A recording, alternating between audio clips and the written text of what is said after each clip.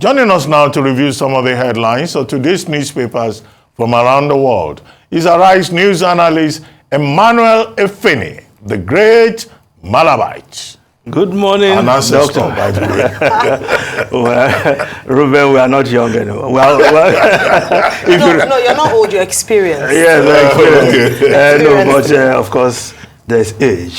Because if you recall that our graduation day was November 30, 1985. Wow. You remember the exact date? Yes. Which happens to also be my, that day happens to be my wedding anniversary, if you will. Okay, you got a degree and you married the same day. You see that Nigerians have been greedy for you. Yeah. Not the same Strategic. day, but the same. Well, let's start the review, Ruben, with this day Nigeria's newspaper of record. Now, we'll start with the story above the masthead. Naira weakens further to 1,309 Naira to the dollar at official window, plunges to 1,450 Naira to the dollar at parallel market. Analysts urge federal government to complement CBN's initiatives, say currency's recovery transient. Well, for the fourth consecutive day, the Naira has been losing some steam, as it were, after the euphoria of last week when the Naira gained strength. Tells us that we still have a lot of work to do, both at the fiscal and other levels of government.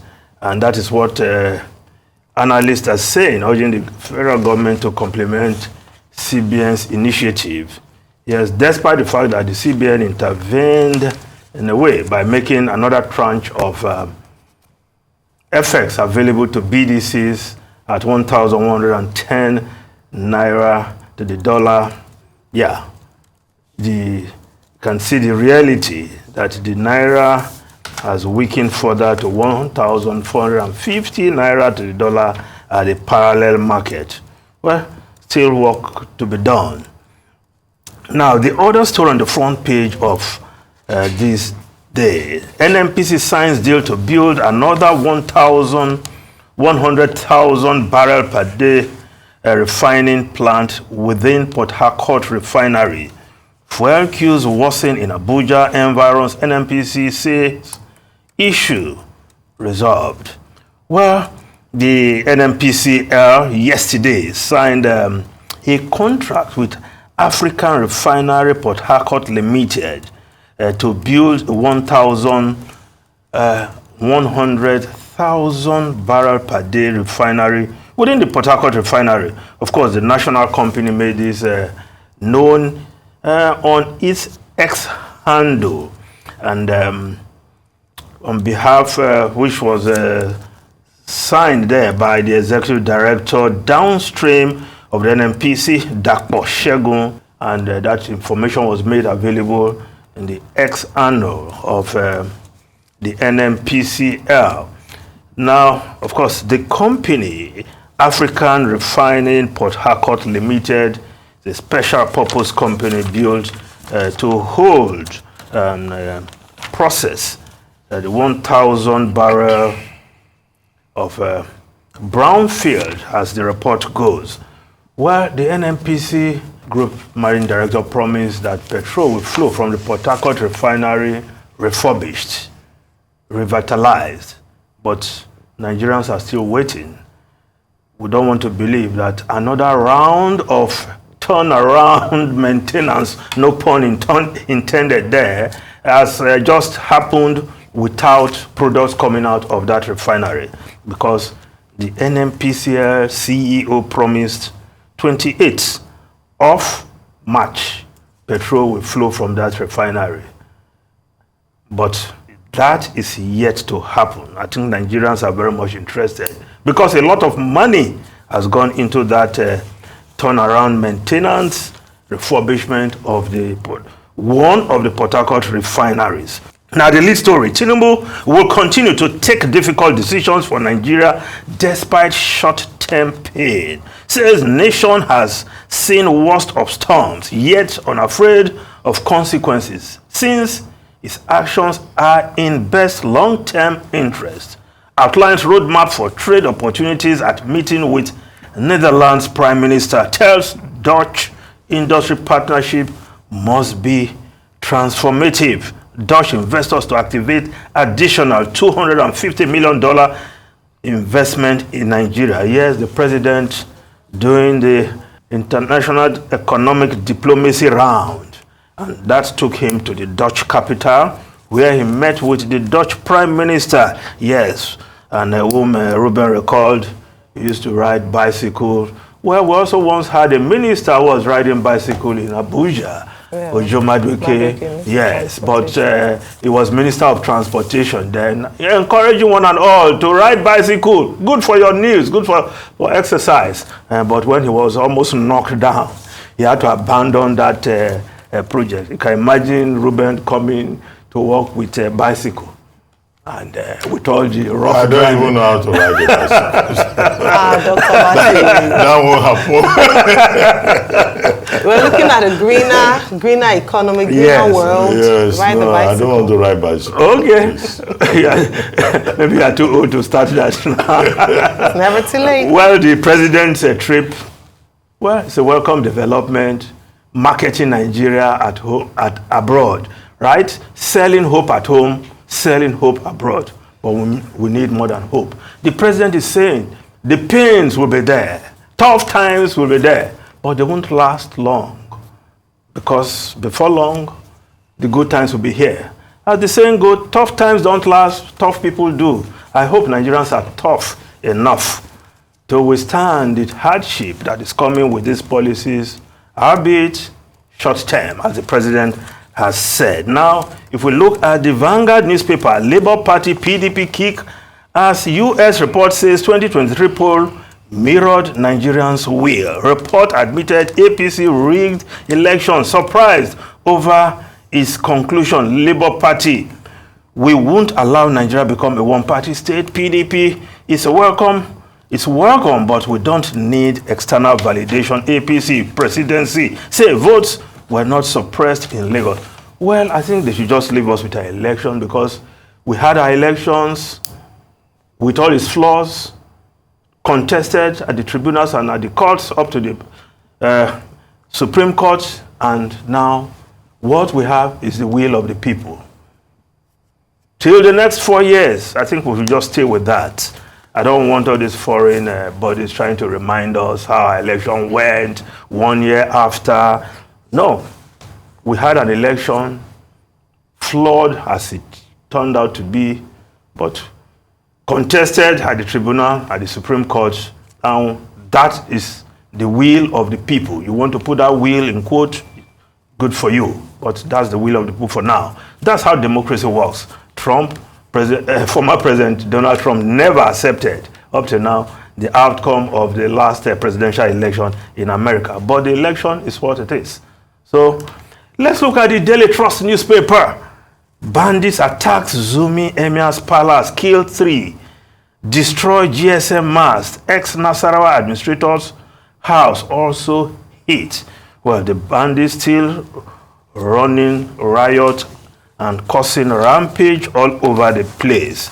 Now, if we look at the Vanguard newspaper, we also have a similar story there. The Vanguard newspaper, yes. Boko Haram sacks military camp in Niger. Bandits attack Emir in Zamfara. So these bandits are still running all over the place, despite the efforts of the military to snuff them out. So a lot more work needs to be done, because these bandits are just making life unbearable for Nigerians who should be secure in that space. But that is not the case in many communities as we speak. Also, of course, in the front page of, let's look at the Punch newspaper. The Punch newspaper. Forex, MTN, Glo, others seek NCC nod for tariff hike. Telcos risk shutdown without tariff increase to offset rising costs. Atcon. Operators await NCC's approval as regulator reviews tariff bans operating costs. While the Daily Sun newspaper reporting the story, more hardship as telecom companies plan rate hike. Now, the Guardian newspaper, complicit negligence, how weak power lines, vandalism, worsen electrocution incidents. Now, the Business Day newspaper's the lead story, telcos renew push for first tariff hike in 11 years after rare losses. Now, other stories on the front page of the Business Day newspaper. Yes, businesses relieved as Apapa Oshodi Expressway breathes again. Well, some good news there. Then the other story, jollof rice hits 16,955 naira. Now, a once a month affair. Yes, jollof rice watch with the hardship. The cost of producing a pot of jollof rice gone up there. While the New Telegraph newspaper is reporting as fuel scarcity bites harder, TUC blames PMS shortage on federal government's delay in activating Port Harcourt refinery operations, asks minimum wage committee to fast-track activities, scarcity caused by logistics issues resolved, NMPCL. Now, if we look at the foreign newspapers quickly, we look at South African Business Day, the Business Day of South Africa. Anglo bidding war likely. BHP makes lowball offer of $39 billion.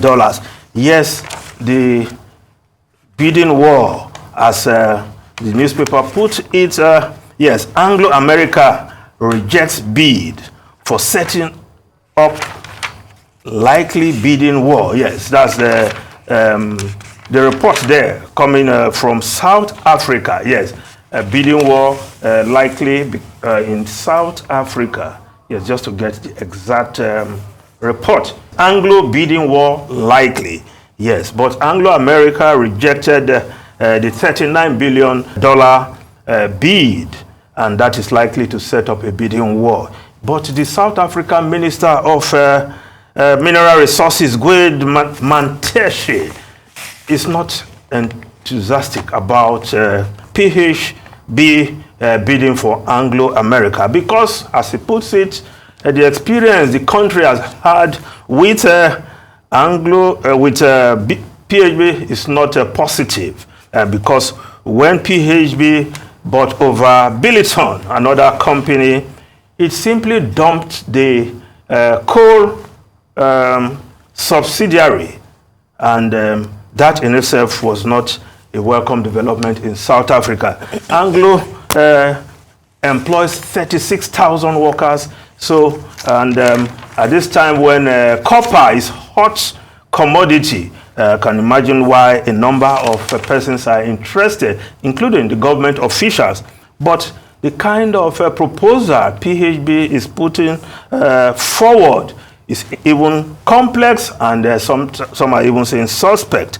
PHB has unveiled a complex 25.08 pounds per share bid for Anglo shareholders, and they have offered just 16.60 pounds of that amount for the shareholders of Anglo America in PHB.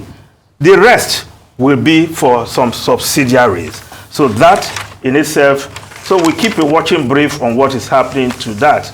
Now, the Daily Telegraph newspaper, Rwanda's threat, pouring migrants into Ireland. Deputy Prime Minister of Ireland, Michael Bryan, is not happy because a lot of 80% of the migrants coming to seek asylum in Ireland are those who are running away from the prospect of being deported to Rwanda. Ruben and Ayo. Okay, the Rwanda bill finally got signed off on by the House of Lords and Westminster. And, you know, Prime Minister Rishi Sunak saying that this is something that his government is committed to. The airlines are in place, people will be moved and all that. A major sticky point in the negotiations, prolonged negotiations on that bill, has been what happens to the veterans, particularly the Afghan veterans who fought alongside, UK soldiers, UK forces in resolving the Afghanistan question. The other issue, was human rights. To what extent would the UK afford to violate, provisions of the European Union Human Rights Court? But now, Rishi Sunak, as part of the favor of the campaign season, is saying that the flights to Rwanda will begin. In the meantime, they've not been able to resolve the small boat crossings. So while Rishi Sunak may have responded to criticisms, even from within his own party, from the likes of Suella Braverman, the danger is that many of the people, the number went up, of people who went into the UK, is that they may go underground and they may be very difficult to trace. But now we have seen part of the effect of the Rwanda bill, with Ireland now saying, many of the likely deportees, they may not even just go underground in England, they may go all the way to Ireland. But anyway, these are issues that will be dealt with within the context of, election year. There will be local elections in May, anyway, in the UK. The second issue has to do with the price issue that you brought up. Yes. I think front page of Punch and also front page of Business Day. Yes. The telcos, yes, saying that they have not increased tariffs in the last 11 years, and that now they are seeking the leave of the federal government through the National Communications Commission to increase tariffs. Well, as somebody who uses telecoms, we all use phones, we all use these services. Well, the fear is that we may have to pay more for making calls. But the National Association of Telecom Subscribers, well, I'm not a member of that group, but by default, we are all members. Yeah. The spokesperson, the president, was saying, the president was saying, yes, we understand, the need to increase tariff, but please just make it marginal. And I hope that the telcos who are asking for an opportunity to increase tariffs will listen to the National Association of Telecom Subscribers and just make it marginal. They say they have issues with forex repatriation. They have issues with diesel to power their base stations. Yes. The business environment is disenabling. And this is the same point also. You see that other companies have increased tariffs. The latest one is multi-choice, DSTV. I see some people complaining on social media. The one I know is the premium one, which is I think 29,000. I think they now say it's 37,000. But even people who are on what do you call that one that is very popular? GoTV. GoTV. People who pay 2,900, per booking. They've been moved to 3,300. They too are complaining. Of course, they are to complain. But the thing is, look, it's a general thing. Yeah. Inflation is at over 33%. All of us must be realistic. So from multi-choice to Guinness to Nigerian breweries to Netflix, everybody is moving up prices to accommodate for the difficulties that they face within the environment. So I think, it's not a question about our pockets now. It's about just being realistic. We need to call on government. We may just have to reorder our choices. Yeah, we need to call on multi-choice. We need to call on government that to prevent people all the way. To prevent people from blaming multi-choice unnecessarily, blaming Nigerian breweries unnecessarily, blaming Netflix and telcos unnecessarily. Our government must protect our interests by making the business environment friendlier, as President Tinubu pointed out in the Netherlands. If it is friendlier, we expect that the business operators in Nigeria, the investors, will also be reasonable enough to know that they don't need to increase prices just to punish people. They are responding also to the market. That's right. Let me just say one thing that has also increased. I think Jollof Index. Which one are you using? GoTV? Business Day Front Day. You mentioned this, Doctor. Yes, the Jollof Index. Jollof Rice Watch. SBM Business Days and expert in watching the No, Jollof it's actually a report from scenario. SBM Intelligence, Yes. where they do since 2016, and it's just to break it down in a way that the ordinary, people can understand. It's a reflection of the fact that food prices have gone up, and even jollof rice. People cannot afford to eat jollof rice. So whilst we're talking about services like Dr. Wata, take this story because your jollof is at risk. And just to also say congratulations to Tunde Onokoya, the Ogun State governor has awarded him as the sports ambassador of the state, and also has said that national chess, state chess competitions will be held in his honor, which I think is brilliant. So congratulations. But before we go, which bouquet are you on? Is it multi-choice premium or GoTV? Any bouquet that has a Rice TV. I'm good with it, as long as a Rice TV is on it. I know you have GoTV. You don't watch the best club, the biggest club in the world, Real Madrid on GoTV. Okay, you Can't have check that multi-choice out. and you are happy. Thank you very much, Emmanuel Efeni.